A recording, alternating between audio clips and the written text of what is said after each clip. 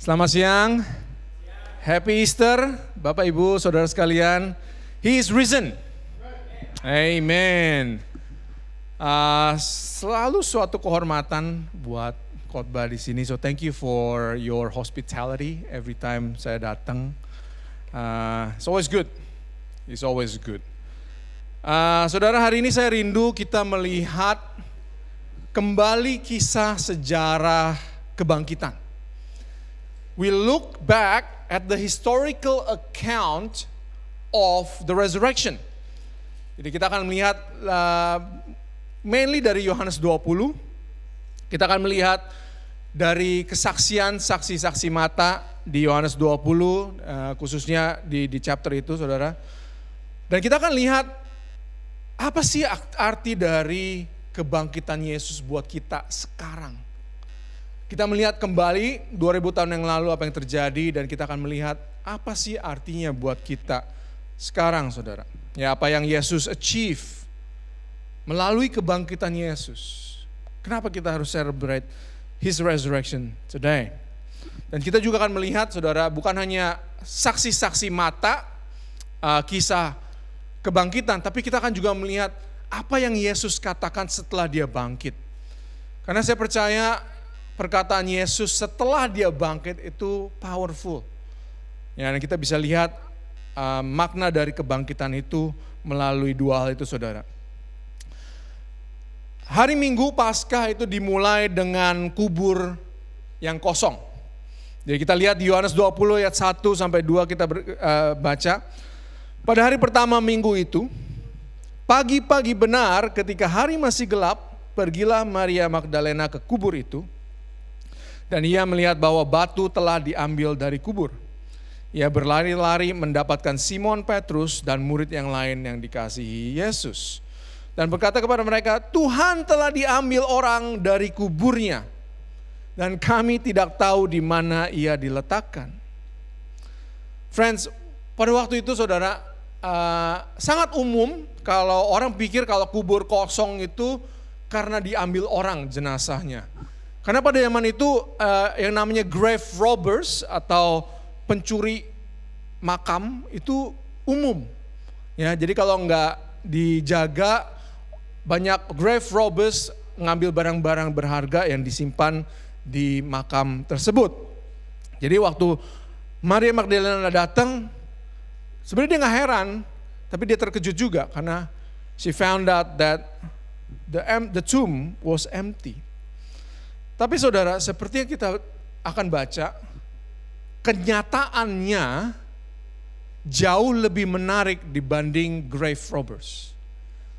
Kenyataan kenapa kubur itu kosong jauh lebih menarik dibanding teori kalau itu adalah grave robbers. Bukan perampok kubur, saudara, yang membuat kubur itu kosong. Tapi sebenarnya kubur itu kosong karena an inside job. Ya, it's not because of the robbers. Jadi saudara, kalau kita bisa lihat pada waktu Maria menangis di luar makam, kita bisa mengerti kenapa Maria itu menangis. Sebelum kita melihat the good news of the resurrection, mari kita berdoa terlebih dahulu. Bapak, kami berdoa, Tuhan, kami bersyukur untuk hari ini kami bisa celebrate the victorious day of your resurrection, Jesus. Kami berdoa, Tuhan, ketika kami mendengar kami bisa dikuatkan, iman kami bisa dibangkitkan, hidup kami bisa diubahkan. Kami berdoa kiranya Roh Kudus sendiri yang beracara, Roh Kudus sendiri yang membantu hamba-Mu untuk berbicara, dan juga membantu kami semua untuk mendengar dan obey. In Jesus' name we pray. Amen. Saudara, kenapa kita bersedih? Kenapa kita bisa sedih? Bukankah kita bersedih karena ada gap? There is a gap, ada kesenjangan antara apa yang kita harapkan dan apa yang kita dapati. Kita bersedih when there is a gap between what we hope for and the reality. Bukankah begitu, saudara? Kita sedih kalau adanya kesenjangan apa yang kita harapkan dan kenyataan itu sangat berbeda. Dan itulah yang terjadi dengan Maria. Maria sedih karena dia datang dengan mengharapkan untuk mengurapi tubuh Yesus. Tetapi kenyataan yang dia lihat adalah kubur itu kosong. That's why Maria itu sedih. Because there is a gap. Adanya kesenjangan antara apa yang dia harapkan dan kenyataan yang dia lihat. Ayat 11 lanjutkan. Tetapi Maria berdiri dari dekat kubur itu dan menangis. Tapi Maria berdiri dekat kubur itu dan menangis. Sambil menangis ia menjenguk ke dalam kubur itu dan tampaklah olehnya 2 orang malaikat berpakaian putih, yang seorang duduk di sebelah kepala dan yang lain di sebelah kaki di tempat mayat Yesus terbaring. Kata malaikat itu kepadanya, "Ibu, mengapa engkau menangis?" Jawab Maria kepada mereka, "Tuhanku telah diambil orang dan aku tidak tahu di mana ia diletakkan." Saudara, Maria begitu sedihnya, saudara. Ya, bahkan dia nggak bereaksi kalau dia sedang ngomong dengan malaikat. Malaikat nanya dia, "Why are you crying?" Wanita, mengapa engkau menangis? Instead of freaking out, dia menjawab, "Karena Tuhanku diambil orang." Dan dia tidak tahu di mana dia ada, saudara. Ya, lalu kita lanjutkan ayat 14. Sesudah berkata demikian, ia menoleh ke belakang dan melihat Yesus berdiri di situ. Tetapi ia tidak tahu bahwa itu adalah Yesus. Kata Yesus kepadanya, again, same question. "Ibu, mengapa engkau menangis? Siapakah yang engkau cari?" Maria menyangka orang itu adalah penunggu taman, lalu berkata kepadanya, "Tuan, jikalau Tuan yang mengambil dia, katakanlah kepadaku, di mana Tuan meletakkan dia supaya aku dapat mengambilnya." "Ibu, mengapa engkau menangis?" That's a profound question, saudara. Mengapa engkau menangis? Maria menangis karena Tuhannya hilang. Maria menangis karena ada jurang pemisah antara apa yang dia expect dengan realita yang dia lihat. Tapi bagaimana saudara dan saya menjawab pertanyaan ini? Bagaimana kita menjawab pertanyaan ini? Mengapa engkau menangis? Saudara mungkin sedih karena ada kesenjangan sama seperti Maria dengan apa yang kita harapkan dan dengan kenyataan yang kita hidupi. Saudara mungkin struggle karena again ada kesenjangan dengan apa yang saudara inginkan dengan saudara dapatkan. Saudara mungkin takut karena ada kesenjangan dengan apa yang saudara ingin lihat dan apa yang saudara sekarang lihat. Friends, mengapa engkau menangis? Kita menangis because there's a gap. Adanya kesenjangan antara yang kita harapkan dengan kenyataan, saudara. Dan pertanyaan yang kedua yang Yesus katakan kepada Maria, siapa yang engkau cari? Again, bagaimana saudara menjawab pertanyaan ini? Lucunya saudara, orang yang dicari Maria itu justru berdiri di depan Maria. Siapa yang engkau cari? Sama seperti Maria, salah melihat Yesus, menganggap Yesus itu sebagai tukang kebun. Ya, kita mungkin melihat hal-hal yang terjadi saudara, hal-hal yang buruk yang terjadi di dalam hidup kita, itu kita melihatnya itu sebagai hal-hal yang justru menjauhkan kita kepada Tuhan.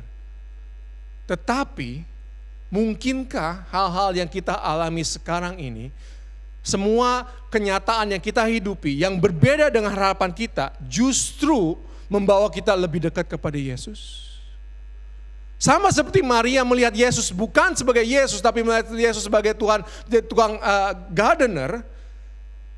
Mungkinkah kita melihat segala sesuatu yang kita terjadi itu kita lihat itu untuk menjauhkan kita dari Tuhan? Tetapi kenyataannya adalah Jesus is close.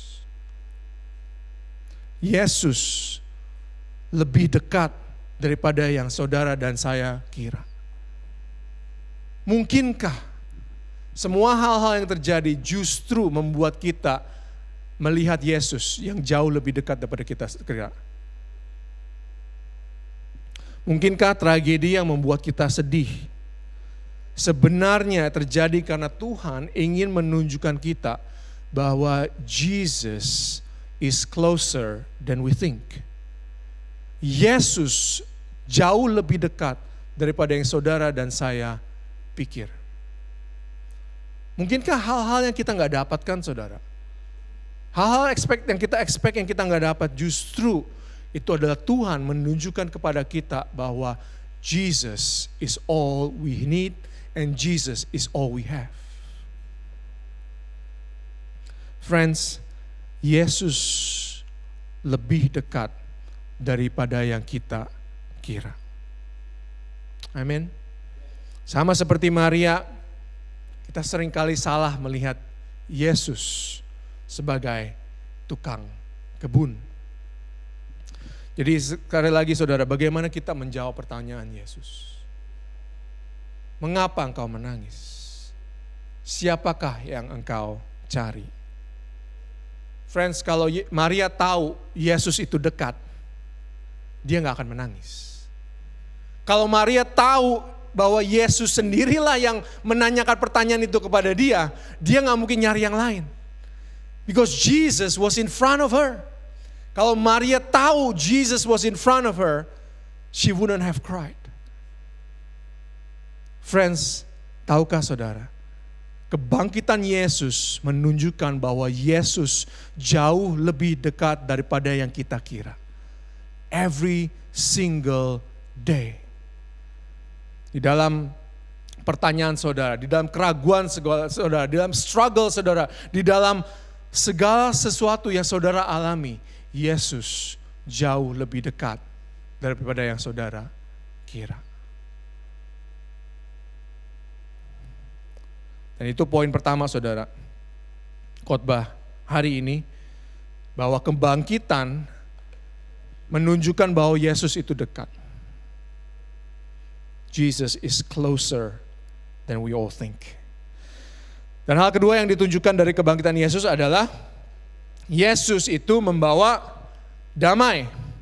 I love how Cime quote Yohanes 14. Jesus promised peace. Hal kedua yang ditunjukkan adalah, kita bisa baca di ayat 19 dan 20. Ketika hari sudah malam pada hari pertama minggu itu, berkumpullah murid-murid Yesus di suatu tempat dengan pintu-pintu yang terkunci, karena mereka takut kepada orang-orang Yahudi. Pada waktu itu datanglah Yesus dan berdiri di tengah-tengah mereka dan berkata, damai sejahtera bagi kamu. Peace be with you. Dan sesudah berkata demikian, ia menunjukkan tangannya dan lambungnya kepada mereka. Murid-murid itu bersuka cita ketika mereka melihat Tuhan. Friends, di dalam kehidupan kita sehari-hari, di struggle kita, di kesusahan kita, bukan hanya Yesus itu dekat, tapi Yesus itu membawa damai. Konsep damai atau konsep shalom itu ada di seluruh Alkitab. Dari Kejadian sampai Wahyu, it is about shalom. Nah, shalom itu bukan hanya tidak adanya konflik, saudara.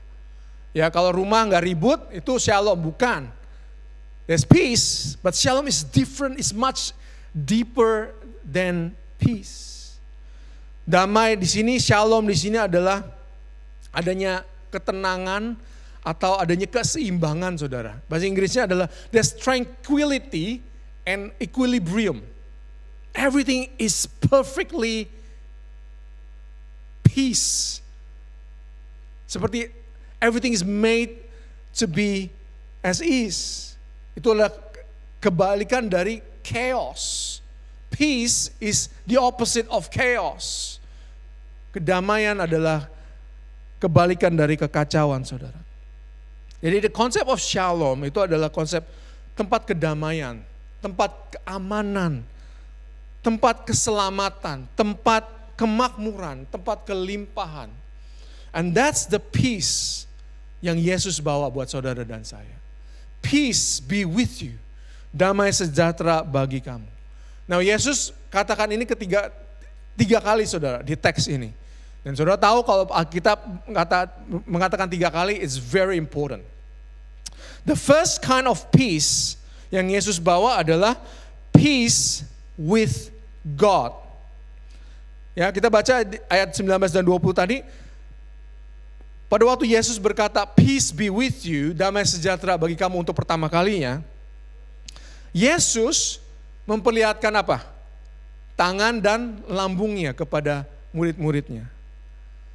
Karena Yesus berkata, peace is with you. Dan pada waktu yang sama, Yesus juga menunjukkan kepada kita the cost of that peace. Yesus menunjukkan harga yang Tuhan bayar untuk kedamaian yang kita bisa dapatkan. Yaitu the cross. Pada waktu Yesus bilang, peace be with you, He is also showing the cost of that peace that He bought for us. Friends, tanpa Yesus, kita tidak ada damai dengan Tuhan.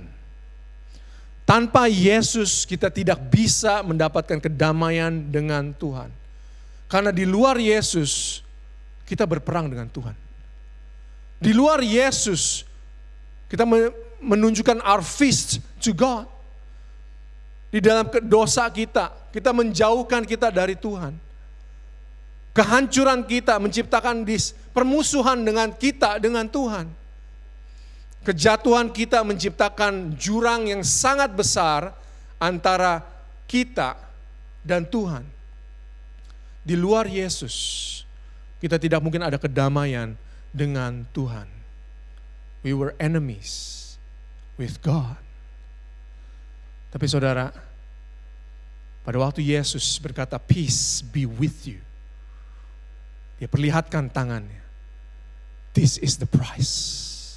Inilah harga dari kedamaian itu. Sehingga hari ini saudara, kita bisa berdiri dan punya kedamaian dengan Tuhan. Karena seharusnya tangan kitalah yang ada di atas salib itu. Seharusnya lambung kitalah yang ditusuk oleh prajurit Roma itu. Seharusnya kematian kitalah yang kita matikan. Tetapi Yesus menanggung hukuman saudara dan saya. Yesus menanggung salib kita. Yesus menanggung kematian kita. Dan dengan kebangkitan Yesus, sementara luka-luka di tangan dan di lambungnya diperlihatkan kepada kita. Itu bukti kalau kematian pun tidak bisa menahan Yesus. Amin.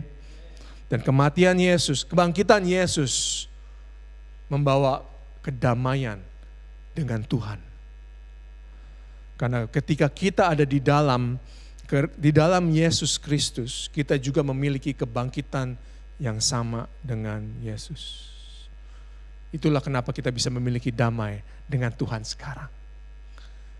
God can look at us right now and see us as beautiful. Peace yang kedua, saudara, adalah peace with others. Damai dengan sesama. Kedua kali Yesus berkata, damai sejahtera bagi kamu. Ini disertai dengan instruksi tambahan, saudara. Ya, saudara bisa baca di ayat 21. Maka kata Yesus sekali lagi, damai sejahtera bagi kamu. Peace be with you. Tapi ada tambahannya, saudara. Sama seperti Bapa mengutus aku, demikian juga sekarang aku mengutus kamu. Jadi Yesus berkata, the same peace yang kita sudah dapatkan di dalam Yesus, melalui Yesus, the same peace sekarang bagikan kepada yang lain. Peace with others. Ketika, friends, karena melalui kebangkitan Yesus, kita sudah menerima kedamaian dengan Tuhan. Dan Tuhan mau kedamaian yang sama yang kita punya, kita berikan kepada orang lain. Sekarang pertanyaannya adalah, bagaimana? How? How do we extend peace? Nah, clue-nya ada di perintah itu, saudara. Petunjuknya ada di perintah itu sendiri. Yesus berkata, sama seperti Bapa mengutus aku, demikian juga sekarang aku mengutus kamu. Jadi Yesus berkata, dengan cara yang sama, Tuhan mengutus Yesus untuk membuat damai dengan Tuhan. Dengan cara yang sama, kita juga membuat peace dengan others. Dengan cara yang sama, Tuhan mengirim Yesus. Dengan cara yang sama, Yesus mengirim kita. Jadi yang pertama, saudara, adalah cara yang sama yang Tuhan membuat damai dengan kita adalah melalui pengorbanan. Sacrifice. Yesus membuat damai dengan kita melalui pengorbanan Yesus. Kita membuat damai dengan orang lain juga melalui pengorbanan, saudara. Sacrifice. Terkadang berdamai dengan orang lain membutuhkan pengorbanan. Iya enggak? Mungkin pengorbanan itu kelihatannya seperti, swallow our pride. Mungkin pengorbanan itu melihatnya seperti ambil langkah pertama untuk memaafkan. Itu pengorbanan, saudara. Mungkin pengorbanan itu kelihatannya seperti send the first text. Mungkin pengorbanan itu kelihatannya seperti tegurlah lebih dahulu. Swallow our pride. Mungkin pengorbanan itu kelihatannya seperti enggak berkata apa-apa. I don't know what that looks like di konteks saudara. Tetapi kalau kita melihat salib, karena kita melihat pengorbanan Yesus lah yang membawa kedamaian kita dengan Tuhan, kita pun harus berkorban untuk membawa peace yang sama kepada orang lain. Apa yang saudara bisa korbankan untuk keep the peace with others? Cara yang lain saudara untuk berdamai dengan orang lain adalah to extend grace. Memberi kasih karunia. Extend grace. Sama seperti Tuhan telah mengulurkan His grace kepada kita melalui Yesus. Kita juga bisa berdamai dengan orang lain ketika kita mengulurkan the same grace kepada orang lain, saudara. Apa kelihatannya? What does that look like? Mungkin kita bisa extend grace dengan lebih sabar. Mungkin kita bisa extend grace kepada orang lain dengan menjadi lebih pengertian. Mungkin kita bisa extend grace kepada orang lain dengan cara mendengar cerita mereka terlebih dahulu sebelum kita label orang tersebut. Kapan terakhir kita berkata, oh tell me more, instead of labeling someone straight away. So friends, kita bisa berdamai dengan orang lain with more grace. Sama seperti Tuhan extend His grace, kita pun extend His grace to others. Dan yang ketiga, salah satu hal yang paling powerful untuk kita bisa berdamai dengan orang lain adalah pengampunan. Forgiveness. Karena sama seperti Tuhan telah mengampuni kita melalui Yesus. Di sisi kebangkitan ini saudara, kita pun bisa mengampuni orang lain. I know it's hard. I know it's very hard. Tetapi kalau kita menghidupi kebangkitan Yesus, kita pun bisa mengampuni orang lain. Amin. Saudara tahu apa artinya pengampunan? Pengampunan, forgiveness adalah kita menyerap rasa sakit for the sake, demi the relationship. Forgiveness is absorbing the pain for the sake of the relationship. Jadi pengampunan adalah kita menyerap rasa sakit itu Kita yang terasa sakit demi hubungan kita dengan orang tersebut. Tapi Win, bagaimana kalau saya nggak mau menyerap rasa sakit itu? Tapi saya ingin inflict, saya ingin menyakiti orang tersebut. Well, bukankah itu yang Yesus lakukan di kayu salib? He absorbed all of our pains for the sake of our relationship with God. Pengampunan Yesus di atas kayu salib, dia menyerap semua rasa sakit, menanggung semua rasa sakit demi hubungan kita dengan Tuhan. And that's the same calling untuk saudara dan saya. Forgiveness is absorbing the pain for the sake of our relationship. Di dalam setiap konflik ada dua option, saudara. Rasa sakit itu, kalau ada konflik, rasa sakit itu tidak, it's always impossible tanpa rasa sakit. Optionnya adalah kita serap rasa sakit itu, atau kita inflict the pain. The choice is whether we absorb the pain or we inflict the pain. Kita serap rasa sakit itu atau kita menyakiti orang lain dengan rasa sakit itu. The option is only that. Tapi begitu kalau kita lihat salib, kita bisa belajar. Pengampunan adalah we absorb the pain for the sake of the relationship. Friends, karena Yesus telah bangkit, pengampunan itu bukan hanya possible, pengampunan itu is a reality. Karena Yesus bangkit, kita pun diampuni, kita pun bisa mengampuni. Karena Yesus sudah bangkit, the pain, rasa sakit yang dia absorb, diubahkan menjadi kemuliaan. The pain that we absorb can turn into forgiveness. Dan yang ketiga, saudara, the peace yang ketiga adalah ketiga kalinya yang Yesus berkata damai sejahtera bagi kamu adalah peace with self. Karena ketiga kalinya Yesus berkata peace be with you, dia katakan ini kepada Thomas. Ya, ayat 26 kita bisa baca. 8 hari kemudian murid-murid Yesus berada kembali dalam rumah itu dan Thomas bersama-sama dengan mereka.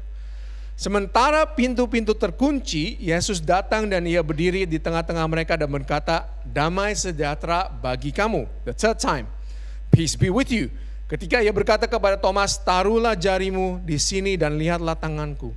Hulurkanlah tanganmu dan cucukkan ke dalam lambungku dan jangan engkau tidak percaya lagi, melainkan percayalah. Thomas menjawab dia, ya Tuhanku dan Allahku. Friends, pada waktu itu Thomas bergumul dengan keraguan. Sementara semua orang teman-temannya melihat Yesus bangkit dari kematian, semua orang percaya, Thomas gak percaya. Thomas berkata, sebelum aku melihat bekas paku pada tangannya, dan sebelum aku mencucukkan jariku ke dalam bekas paku itu, dan mencucukkan tanganku ke dalam lambungnya, sekali-kali aku tidak akan percaya. I will not believe.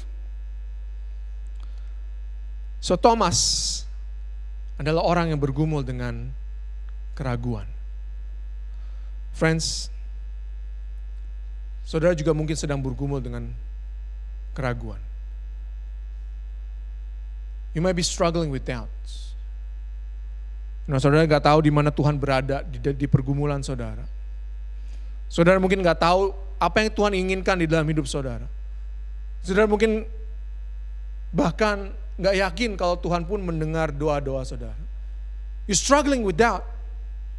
You're struggling with your faith.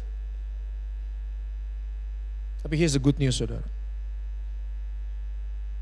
Seminggu kemudian, Yesus datang dan berkata, damai sejahtera bagi kamu. Jesus came. Friends, sama seperti Yesus berkata kedamaian kepada Thomas di dalam keraguan-raguannya, Yesus juga mengumumkan kedamaian di dalam pertanyaan-pertanyaan saudara. Jesus is proclaiming peace in your doubts. Sama seperti Yesus proclaim peace in Thomas's doubt, Jesus comes to say peace in our faith, in our doubt, in our questions, in our prayers, in our struggles. Peace be with you. Yesus datang untuk memberikan kedamaian, saudara. Kedamaian di tengah-tengah keraguan, kedamaian di tengah-tengah struggle, kedamaian di tengah-tengah pergumulan, kedamaian di tengah-tengah masa depan yang gak pasti, kedamaian dengan masa lalu kita. Yesus datang untuk memberikan kedamaian. Jadi bagaimana kita bisa berdamai dengan diri kita sendiri, saudara, ketika kita dihadapkan dengan keraguan? Sekali lagi, karena kebangkitan Yesus. Saya suka, saudara, ayat 26. Ya, dengan subtle, dengan subtle kita menuliskan, meskipun pintu-pintu terkunci, Yesus datang. Meskipun pintu-pintu terkunci, Yesus datang dan berdiri di tengah-tengah mereka. Friends, kita bisa berdamai dengan keraguan kita, dengan pertanyaan-pertanyaan kita, dengan ketidakpastian kita, dengan masa depan kita, dengan masa lalu kita. Kita bisa berdamai dengan diri kita sendiri karena kita memiliki Yesus yang hidup. Jesus didn't stay dead. Tapi Yesus berdiri di antara kita. Meskipun pintu-pintu terkunci, Yesus datang. Meskipun kubur tertutup, Yesus datang. Meskipun segala sesuatu di kehidupan kita terlihat impossible, Yesus datang. All the doors in your lives are locked, Yesus datang. That's the good news. That's what it means to have a God that's resurrected. Kalau pintu kubur pun gak bisa menahan Yesus, pintu apapun tidak bisa menahan Yesus. Amin. Yesus datang dan berdiri di antara kita. That's the good news of the resurrection. Amin. Friends, kebangkitan Yesus 2000 tahun yang lalu itu mengubah segalanya. Mengubah dunia, mengubah hidup saudara dan saya sekarang. Karena friends, kebangkitan Yesus kita bisa melihat, kita tahu pasti that Jesus is always closer than we think. Yesus selalu lebih dekat daripada apa yang saudara dan saya pikirkan. Dan yang kedua, kita bisa melihat, karena kebangkitan Yesus, there is peace with us. Damai dengan Tuhan, damai dengan sesama, dan damai dengan diri kita sendiri. Amin. Mari kita berdoa. Saudara, saya berikan waktu beberapa saat untuk renungkan firman hari ini.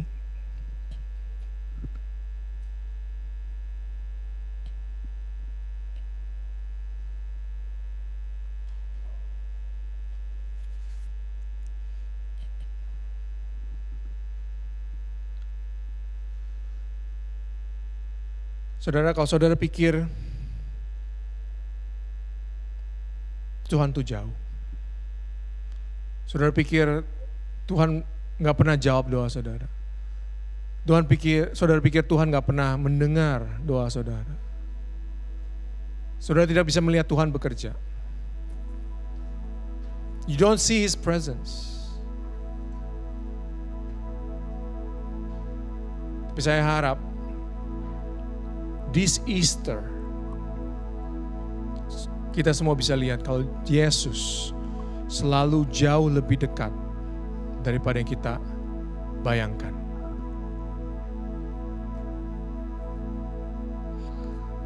Buat saudara yang hidup tanpa kedamaian, mungkin saudara struggle untuk berdamai dengan Tuhan. There's guilt, ada rasa bersalah. There's shame, rasa malu for what you have done in the past. Semua dosa-dosa saudara. Hari ini Yesus bangkit dan berkata, peace be with you. Saudara punya peace dengan Tuhan karena semua yang sudah Yesus korbankan di atas kayu salib. Kalau hari ini saudara bergumul dengan sesama, ada teman atau family,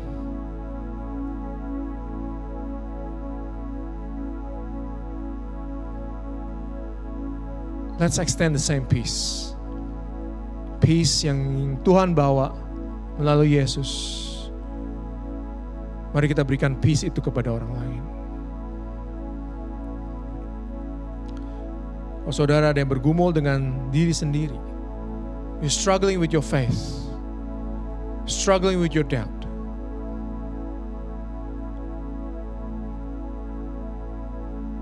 Lihatlah kebangkitan Yesus. Walau pintu-pintu tertutup, Yesus datang. You may be confused with doubts. You may be questioned with fear.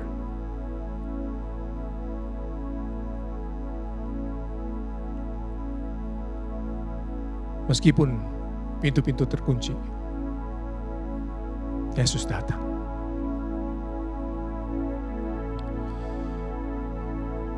Bapa, kami bersyukur Tuhan. Kami bersyukur kebangkitan Yesus mengubah segalanya. Bapa, kami berdoa Tuhan untuk jemaat di tempat ini. Mungkin tidak tahu bagaimana they walk with you, but you know. Lord, we pray that we can be convinced. Kita bisa yakin dan tahu dan percaya kalau Yesus selalu jauh lebih dekat daripada yang kita kira. Bapa, kami berdoa kiranya Kau berikan kami the discernment, the wisdom untuk mengetahui kalau Yesus itu dekat. Bapa, kami berdoa buat kami yang butuh kedamaian. Damai dengan Engkau, damai dengan orang lain, dan damai dengan diri sendiri. We pray that may your grace and mercy be upon us. Sehingga kami bisa melihat that we do have peace with God because of Jesus. And then we can have peace with others because of Jesus. And now we can have peace with ourselves because of Jesus. Because He has risen. Terima kasih Tuhan, kami berdoa for the next few days, for the next few weeks, for the next few months, we can have the reality of Jesus' resurrection di dalam hidup kita. Dalam nama Tuhan Yesus, kami bersyukur dan berdoa. Amin. Amin.